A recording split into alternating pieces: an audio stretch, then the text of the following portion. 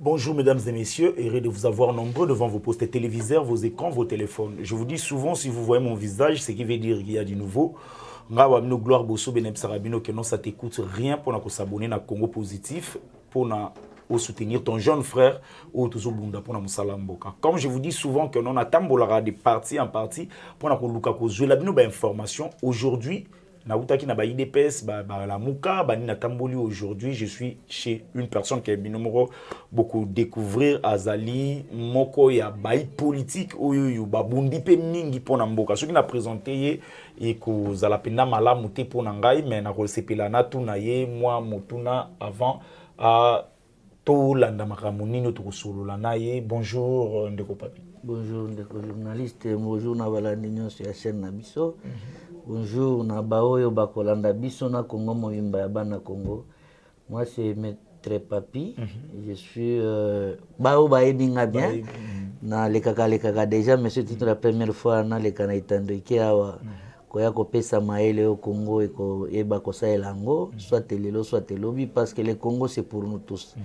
Moi c'est Wakengela Kantamba Jean, cadre MCR, parti oyoza fidèle à chef de l'État. Oba tchaka na mael na bango ko MCR Kabana te. MCR par rapport à situation statutaire na ye, à chaque parti il y a l'idéologie. Na kati idéologie wana biso toza na statut na règlement. Yango wana toza na kati ya FCC, tozo servir makambo na biso nyonso lokola baimboka oba ko sala politique mais na kati ya parti politique. MSO na tout moni mususu eza na 24 ezalaki nelongia munene ya Kabila mais elongwe nelongia munene ya Kabila comme nelongia Tshisekedi elingi lobani. Wana na sepeli ya tro ndenge uti oloba omonaki ezalaki nelongia nani ya Kabila mais lelo balongoli elongi ya Kabila batie elongi ya Tshisekedi c'est-à-dire Congo ba tromper bazana nwebele pona koluka gato. Mais MCR c'est connu c'est pour Kabila. Eza na disposition statutaire na biso na préambule balobi était parti politique initiateur principal c'est Joseph Kabila Kabang. Et oui c'est MCR, c'est dans notre statut. Et vous allez regarder même na loi portant organisation et fonctionnement des partis politiques, il n'est pas interdit à un individu, à un Congolais, d'être membre d'un parti politique effectif, mais c'est interdit d'être effectif, mais ce n'est pas interdit d'être initiateur. Dans ce cas, Kabila n'a côté n'a vu soit initiateur. Exact parti n'a pas. Félix Tshisekedi de se retrouver tout n'a bateau bakei. Oh bakati saki basala qui indiscipline à respecter ba règlement ya parti. Toza oza journaliste déontologie journalistique oyebi yango te e bato bazana kati ya parti politique baebite na kati ya parti politique règlement ezalaka boy sur base ya règlement wana nde bato ba membre ya adhérent ba fonctionnaire ya bongo donc bao bakendaki basala ki indiscipline sans la volonté du parti. C'est pour cette raison biso totikali na biso bino botikali bango baki mais parti eza ya Kabila etikali na FCC bino bato Kabila nde eloko ngapenda na ye na bureau na pona tuna yo pona ye bana to manyola na yo maintenant régime oye ya ndeko Félix Antoine Tshisekedi ndenge bazobunda kobongisa makambo nyonso surtout bakiti d'abord ba prix ya makambo avion na Congo siko bakota na makambo d'arrêt alimentaire tout moni encore bino moko ya bino côté le melalisusu makambo mukozambuka zolinga sunga population. Est-ce que blocage beaucoup continuer blocage ti wapi to beaucoup linga population nyoko mati wapi ndeko na ngai na tondi botondi bana mboka baeba était problème à gestion ya mboka. C'est un problème qui concerne équipe gouvernementale nde apesaka baline de conduite na yako kende nango. Mino bokende kolobaka makambo d'arrêt alimentaire ekiti na mboka ni na Congo toza nango. Na ebite peut-être na Congo mususu. Ngai na koyebisa ete batu babandaki ko tala ndenge Congo ezokende. Na ndenge biso totika ki Congo na ndenge toza nango. L'unité principale c'est la monnaie congolaise. D'arrêt alimentaire wana ozoloba wana. Point initial départ nango eza to ya dollar. Biso totika nga na combien na 16. Les deux na combien? Les deux na 10 dollars équivaut 20 000. Mais d'arrêt alimentaire yango boko kitisa sur base ya monnaie étrangère ou monnaie locale. Toza awa boyo tumbolobi makambo ya budget ba avion. touti kotala ngana yo na toza awa tolandaki arrêté ebimaki par rapport au conseil des ministres na bango mais toke na Congo Héros c'est le même prix qui n'a rien à changer. Non, bato bazolanda nga na ebisi yo ke des mêmes prix. Awa na uti faire voyager ndeko nanga ke kisangani. C'est des mêmes prix. Soki sikoyo babloko wana balobi ke non, ko tromper population jusqu'à ce niveau. Na ebisa chaque jour ba balandi nyoso ke la population congolaise n'est pas naïve. La population congolaise n'est pas bête. La population congolaise aza mutu oyo atanga aza pe na mayele. Bo ndona ucholoba pona dollar. Vous avez dit que kiti, mais dollar ezaka ndenge zalaki. Siko dare alimentaire anga wana kiti za dato ya nani ya avion. Ngana uchi lelo. Na uchi futa billet. Normal ndenge zalaki avant. Alors comment je sais que je vais dire mon frère. Totika ba politique ya campagne ya masse. Oh toza déjà na pouvoir. Bolela ki pouvoir boza nango. Ba discours wana ya campagne wana et si là déjà kala. Des biloko la biso badare alimentaire. Donc rien n'a été changé.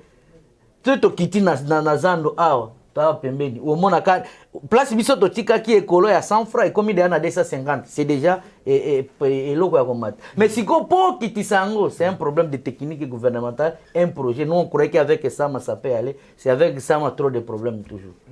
Siko eloko ni ezo bloqué bino bozo wanga na kizabi eloko ezo bloqué nous ezo bloqué bolobaki parce que déjà recréer non ngana lo nalinga te eloko ko bloqué boyebisaki batuke non nous étions ensemble, nous étions en coalition, tout ne marchait pas parce que le FCC bloqué lelo depuis au sengaki nani découpage lelo depuis au sengaki to résilier accord entre FCC Cage toujours été bloqué mais fait nani fait que ça yoti signature bozana ngona maboko ministre de non na lobby eza nani eza binote bosali be election eza nani yuma leki le lote biso totika ki yuma bosali be election bosali tricage et simbili susu te bozongi su yuma wana su FCC FCC bande ko bloquer FCC yuma zana kanini yuma biso tout oyebi ke yuma zana FCC n'a jamais donné ce mot d'ordre même étant la composition ya gouvernement FCC a donné mot d'ordre.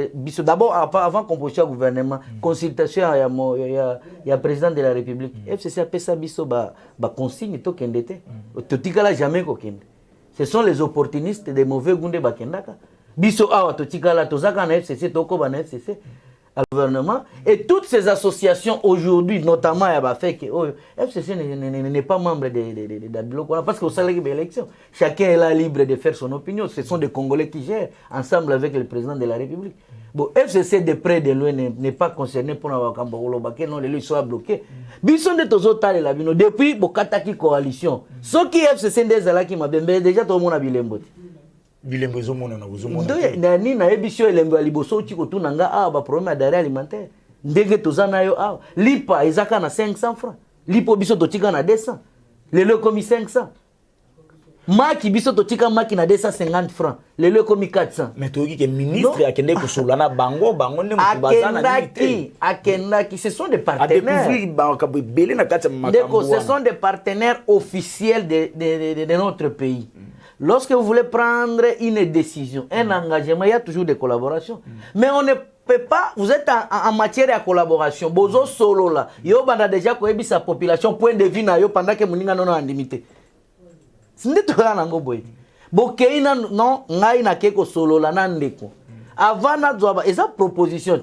Yo na etang boko sangisa mael na bino bo sali protocole d'accord de comme décision oyo kopesa na baike. Mais yo na no décision ana salemité. Décision na no yo kamité directement comme yo lobano ekozala boy. Mais soki siko ezate. Nani abobima lukuta. Soki ezate c'est que za mauvaise foi na bino. Eza mauvaise foi na biso te tang bozo kende ko négocier gouvernement akeko négocier. Eza gouvernement sunani sufati no. Eza gouvernement su Kabila te. Toujours taille la minute on Félix Tshisekedi comme président de la République, c'est lui qui a la signature du pays. Donc ce qui est simbité, biso boko se justifier na kombo FCC. Ce qui est simbité. Tant bozo kende ko sala négociation. Boko mi na kati ya négociation. Bolobi non, awa il faut population azala boy. On a kati ya négociation ana rien ne marche. na kati ya négociation wana ba biloko boloba bozo promulguer yango avant même les décisions finales. C'est toujours le même problème. Mais donc ça ne sert à rien. Dans ces cas-là, nani azo sur la bien té. Binu bayi afin que bazana na moi retrait par rapport ya avance à gouvernement parce que gouvernement tendre bino li beaucoup. Ce qui réellement bolingi population bino beaucoup fungola beaucoup à côté peut trouver solution. Le FCC n'a jamais été contre la population congolaise et pourtant FCC na minute to sali étude comparative. Na minute to sala deux éléments. Il y a FCC na cash. Les populations ont sa raison, ils ont battu les meilleurs gestionnaires. Les meilleurs gestionnaires. Oui. Il y a FCC na cash. Oui. La population ont na minute par rapport à l'élément où c'est ce que je vous dis. Nous ne pouvons pas confondre discours et campagne à discours après campagne. Ce sont deux concepts différents. Ah, on a minute de concrétisation qui sont dans la campagne. Le peuple d'abord, c'est ça. C'est ça le peuple d'abord. C'est ça le peuple d'abord. Ne discours tout le peuple d'abord, on est aux monaka. Bon, neko. Et ça la moi passe. Nous sommes congolais. 18 ans, mon frère, 18 ans. 18 ans, oui, 18 ans nous avons géré. 18 ans nous avons un symbole bilembo ezali. 18 ans, il y a des références. Tout qui ne musikate. Tangilanga biloko misatu oya malamu o mukonza mboka sali ya sikoyo on a perona mno salate ya malamu misatu tangilanga avant de continuer. J'évite beaucoup plus ces questions déjà polémiques. Non, mais polémique était ngana tuni kaka sincérité attaque congolais mi longo sincérité attaque congolais j'ai dit attaque congolais tangilanga congolais je ne kona biloko misatu wana namoni atelo moko te.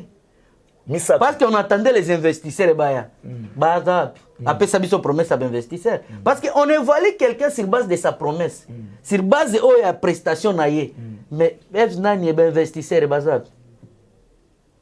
Bon, quant à moi, en tout cas, peut-être les Congolais Moussoussou, mais pas Nangaï, Nathalie, depuis Totika, passation à pouvoir, Tile l'autre peut-être quoi, Bizé Kabaroute, Totika Baroute est bien, tu connais combien au Koufana Basso des motos qui n'en profitent rien. Peut-être à Mabé. État de droit. État de droit, vous condamnez les gens, les acharnements politiques.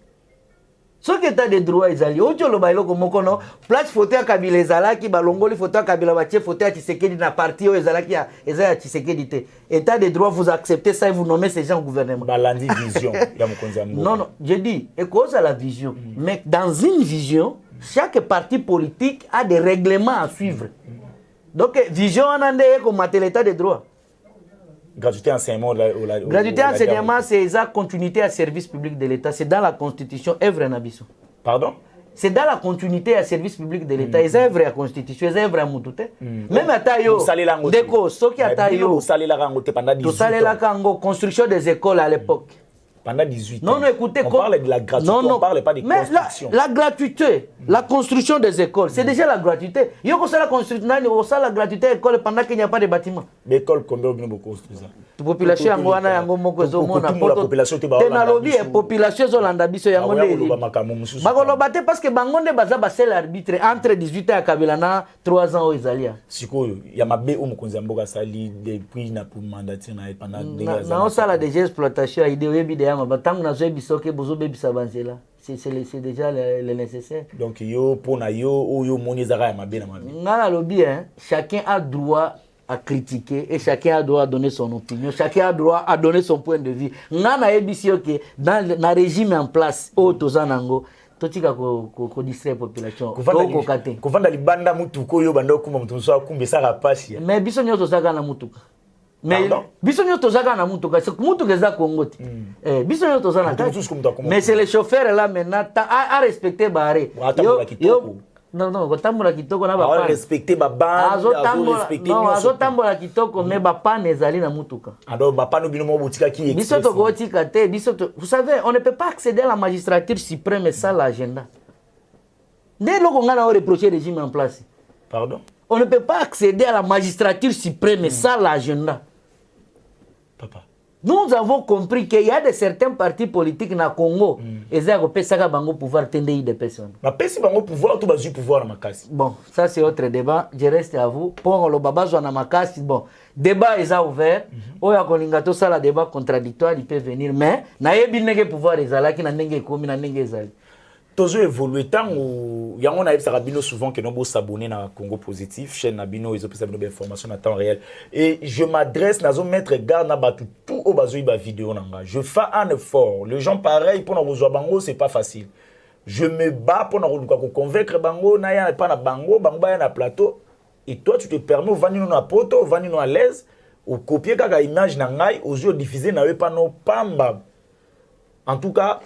Même si nous avons bientôt, aussi là. Je regrette énormément. D'ici peu, je vais commencer à citer vos noms. Et puis, vous avez ma place ni tosuka. Toko tana no sujet oyoyo. Na beni bombe et bandi ko panza. Mkonzambu ka tobi kendenga zakuna. Kimia ezali. Wana peso ki balobi ke non. Na période na mino batu ba infiltrer ki makasi na kati ya armée. Ndeko eloko na website waza iso na benité peut-être oza information je parle pas na minute oyo asia balongwa de abenikala il fait ses tours politiques et diplomatiques et là c'est n'engage que lui parce que il s'agit bien d'un président de la République bon au lobby ko infiltré armée ça m'étonne nous avons une armée républicaine toza na armée oyo eza armée ya bana Congo mais infiltration ne ucho so lobi biso to infiltrer ki armée mais bino bozui pouvoir même kaka bato balobaki ke baza infiltrer na armée nde bazo finga biso ta c'est puis tango ba fingi biso ba méconnaître ba massacre ba salaki et lelo ba komi ba ami na bino. Je dois beaucoup plus na ba soldats du respect parce que bango nde ba sala biso toza sur le plan sécuritaire totika ko cracher sur mémoire na bango bazo kufa na bitumba pona ko loba ete non armées infiltrées na niveau nini mwana mboka ebisanga na niveau nini nous avons des généraux colonels tous les officiers sont de baza officiers congolais pourquoi bazo zila PP aussi la tena est c'est là PP aussi la tena lobaka chaque jour je fais mes analyses comme Moutou, comme Congolais. On ne peut pas gagner la guerre à la brutalité. Il y a des stratégies pour gagner même la guerre au monde. Je prends un exemple, mais la seule stratégie, je le dis, c'est une politique de proximité. N'est-ce pas? Collaborer. Solo la naba imoka, naba population. La population n'a pas ça été les lobby kuna guerre ici. Je donne un exemple. À l'arrivée de l'AFDEL,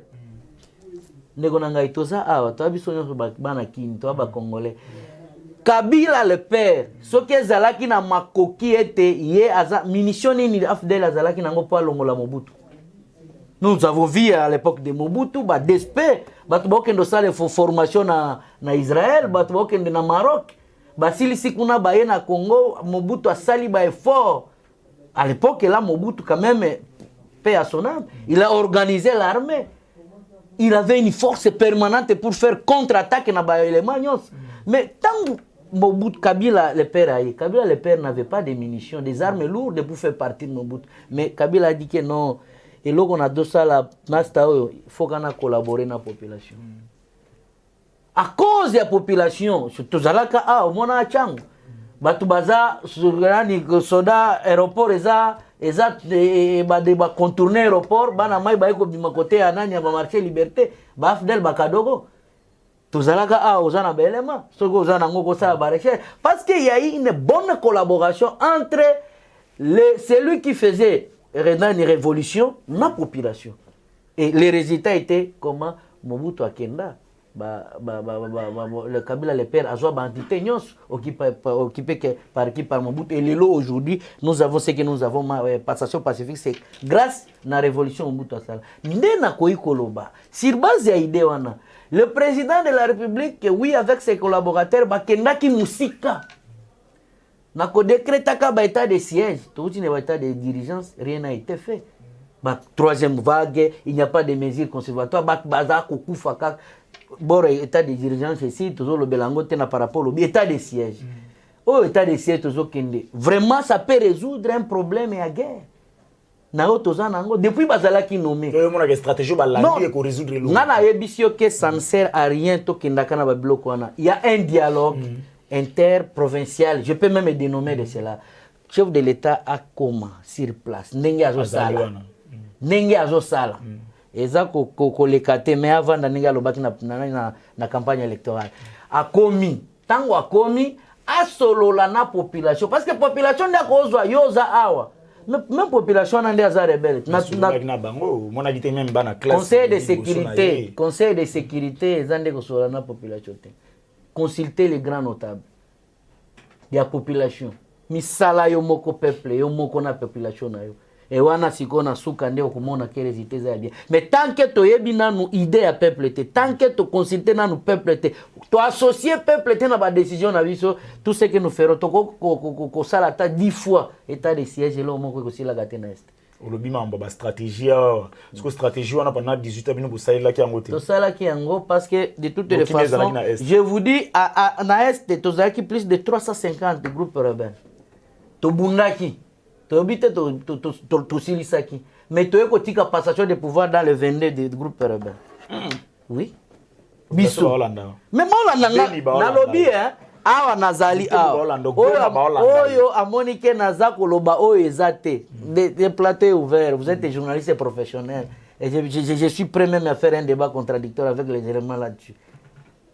c'est ce que je vous dis je m'assume nakoloba te na itando ike bat nyonso baolanda ngana loba eloko ezate groupe armé biso totikaki non on ne dit pas que ngai tozo kende na système ya continuité place nga na sukaki yo pe bandela wana soki nga na salaki mabe yo ko bandaka kolela na mabe na ngate mais améliorer pour que population ait apprécié oti boyeba ko sala mabe non na lobby yo no zolo ba ke biso to salaki mabe yo ne o lobby était non dans 18 ans wana est-ce que to salaki stratégie wana te mais na biso to salaki ndi ngwana ediminaki oyo siko ye na ba promesse siko ezondi kombe na ebité okotuna bato ya régime nde bakoyeba parce que moi je défends ce qui est de l'idéologie du FCC et du MCR. Vous défendez ce qui est de l'idéologie et de CCM par rapport à mambo est ceux qui me konzambo ko Hollanda yo na bato ba oluka kimia na est web sa bango loni na web sa bango c'est stratégique ba associer population na ba décision na bango c'est tout population n'est pas associée na biloko wana ndio zomona ba dégradation au mona lelo porte-parole ya FRDC alobi to récupérer territoire par exemple à Djougou. Moi, je connais Djougou très bien, je connais Ituri très bien. Ozoloba, Mouto Azopeso matière, Aza Mouto Akuna. Natamo, je ne peux pas faire mes temps ici tant que la population est souffrant. Parce que ce sont des Congolais. Dans d'autres cadres politiques. D'accord, il faut collaborer.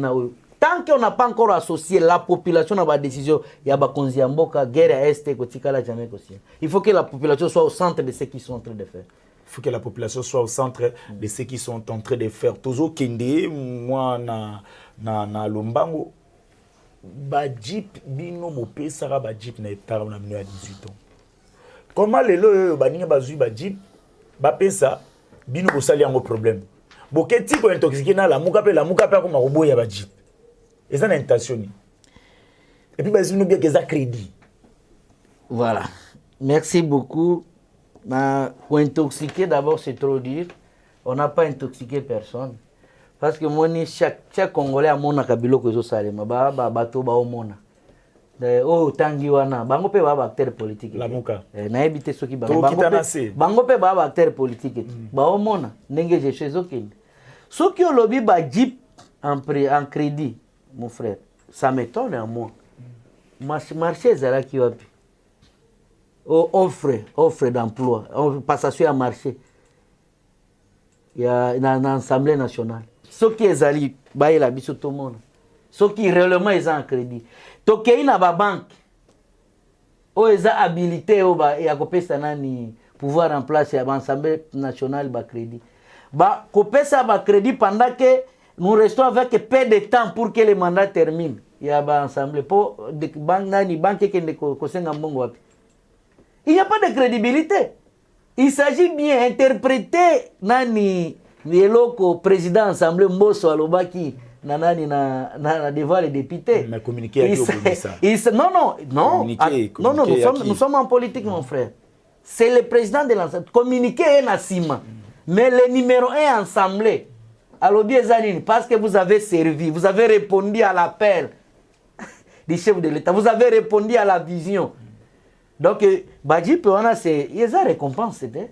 Régime en place, c'est pas si député parce que après que bon batu bolingi bosambi ça non bo pesi raison parce que bon Donc état de droit tolo bayango wana état de droit dipe wana source nango ezani c'est ça mafia corruption bozo décrier du jour et nuit mongo wana euti wapi o tozolo ba wana parce que crédit député azali sous na crédibilité te na ba banque député tozo benga lelo na Congo député pourquoi parce que à tout moment les choses peuvent bouger peuvent changer. Alors, les lots, les députés, on a un crédit dans la banque, la banque paie ça un crédit. En vertu de quoi?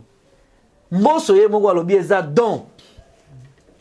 Papa paie si don. Parce que vous avez répondu à l'appel. Na vision appel. Mais c'est quoi, tu interprétes un endroit. Don, on est comme ça, on a un service, on soute. L'ambulance, on a Congo, on a mukete. Ako tokozo ate don, on a boé, on a servi, nani, ba hôpital. Don wana saliba cheke baza na balabala na baron point. Don wana ekosunga bangote. Don wana ekozo atambongo wana te ba fonctionnaire de l'état. O ba o souffrir ba o lela. Bozwa don wana bocha na kati te. Don wana ndeko na ngai.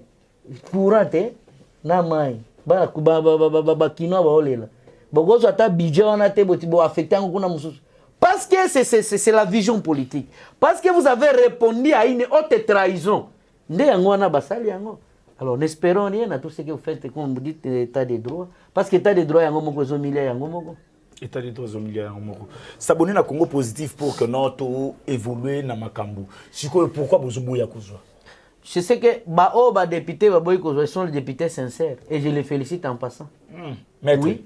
Je te l'ai dit. Je les félicite en passant. Parce que réellement, il y a place où il y a un pays. Bango wana baza pour na peuple bao baza conscient oye bit mais ndeko na ngai boko isaki mabunda na combien de millions ba image ezali Molière ale kaka adenosaka ngo après cela boye ko récompenser bango na badip mais un député conscient de lui-même il répond valablement na base na ye azwa eloko wana po esala nini eloko alisum et le peuple d'abord c'est ça. FCC vraiment le moment les sous. Non, ça les sous toi ba congolais. Les sous to ko lo ba eloko te o ya mabe za ya mabe ya malamu za ya malamu. Ne eloko wana oto yebisanga na tanga ta bitoko misatu. Na ko tanga te parce que je vois déjà na ba biloko ya misatu ya malamu. Il n'y en a pas. Ya mabe ya ngona bazo landa ba jipe to mona. Na 30 secondes maître. Bozo lukela fayo lunini. Boyo linaboka masuna fayo pour ani. Pour qu'on ait sibité ba boyo no sala fusion. Mon cher, la politique est dynamique. On n'est pas ennemi éternel et on n'est pas aussi ami éternel. Na lobby te ngai nde na benga ki. Nyonso wana bozolu kaka kusala. Mon frère. Kotele mina makambo mukozambo kazoli nga sala la pona population. Tant boko sala fusion kuna ba benga bango ba ene. Bino ba benga bino ba bloquer. Ba blocaka, ba blocage. Ali bosa sko fusion ba ene na ba to blocage les a pour détruire le pays. La politique est autour sala partout dans le monde. Eza ennemi éternel azalakate, ami pe éternel azalakate. Et je me réserve de tout commentaire parce que na moni fayulu te oyo oti otanga nanu pe na moni mot d'ordre de la partie na ngate mais ça selon ba idée abatu. Selon presse, selon batu. Probable fusion. Et ce qui est zali, je te dis, chacun va assumer sa responsabilité parce que ça mutu mon côté azali banda moka. Mais ce qui coalition ce qui est kosalemaka, ce qui peut réellement ezali selon yo. Mais tout ça là pour le na kati mboka Congo na pour le bien de la population congolaise. Pour le bien. Oui. Ce qui accord pour le malheur. Na ebite yo lobi ezana noté ce qui est kozalaka. Ce qui ça profite pour l'intérêt général de la nation, on peut le faire. Na ebisi et j'insiste en vous disant ceci na web ça ba la union souhaité. Si c'est probable accord ezali il va être ami éternel à Zalagate, ennemi éternel en politique à Zalagate. Donc, ce qui veut dire que non, l'élection, tant que ça, pour recensement, quand la mine était au banda, tant que recensement, banda, tu évites date aussi là. Et qu'on qui peut être soutien 2028 ou 2027. Tant que l'élection est ça, la mandé coalition, na minusco pour un candidat, mon entre Kabila na Fayulu pour na. Non, ezana no to banda na eza coalition te.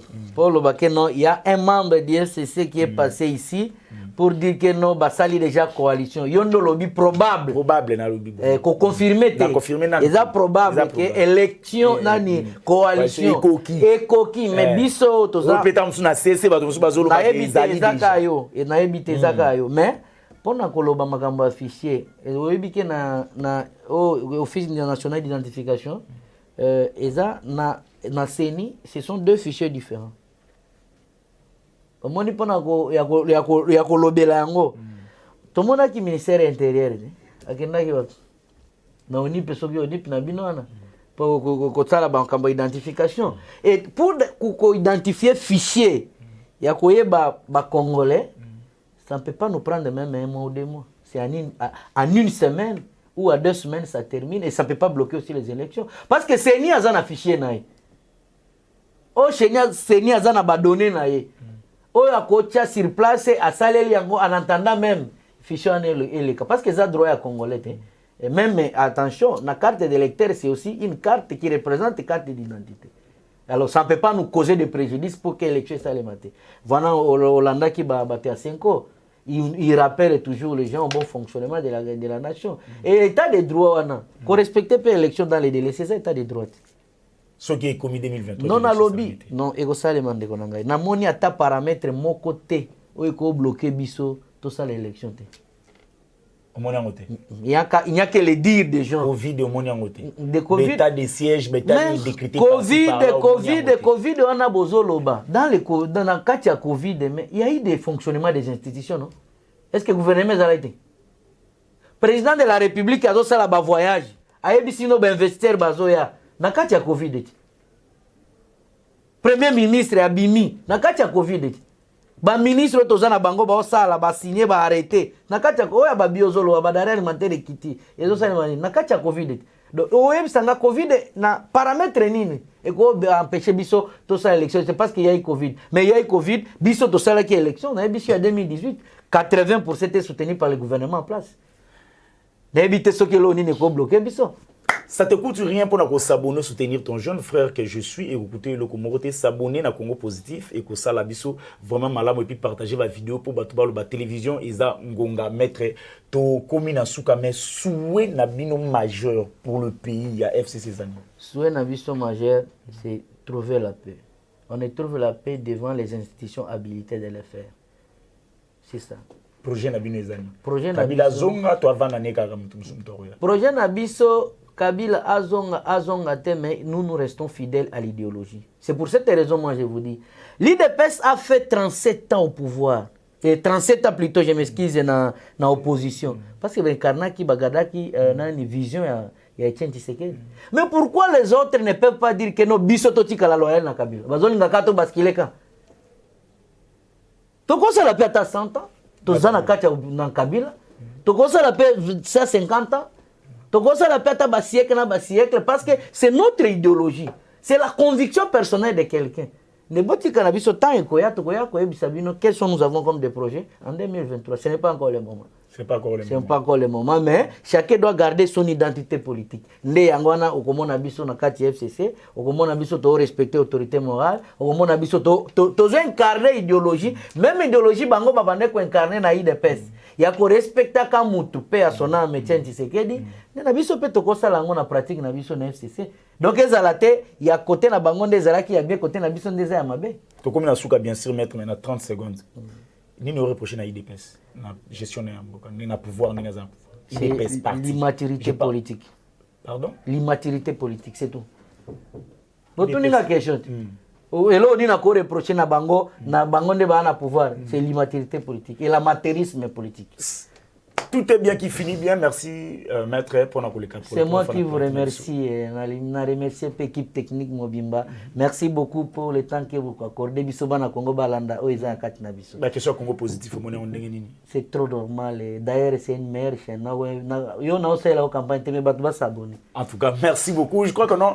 On a remercié Joey Oyo Azala qui n'a assistance. Il y a émission Oyo et puis le caméraman, le split le monteur en même temps, yé Abenam Nakombo Arnaud, tout remercier, s'abonner à la chaîne Nyonso et Monsieur Zoleka, vraiment et cause à la malamu, to kutani prochainement, na kei kokota na lamuka wana na zo kite awana, continue na lamuka, pe na société civile, s'abonner pour Olanda, Oezoya. Merci, ciao.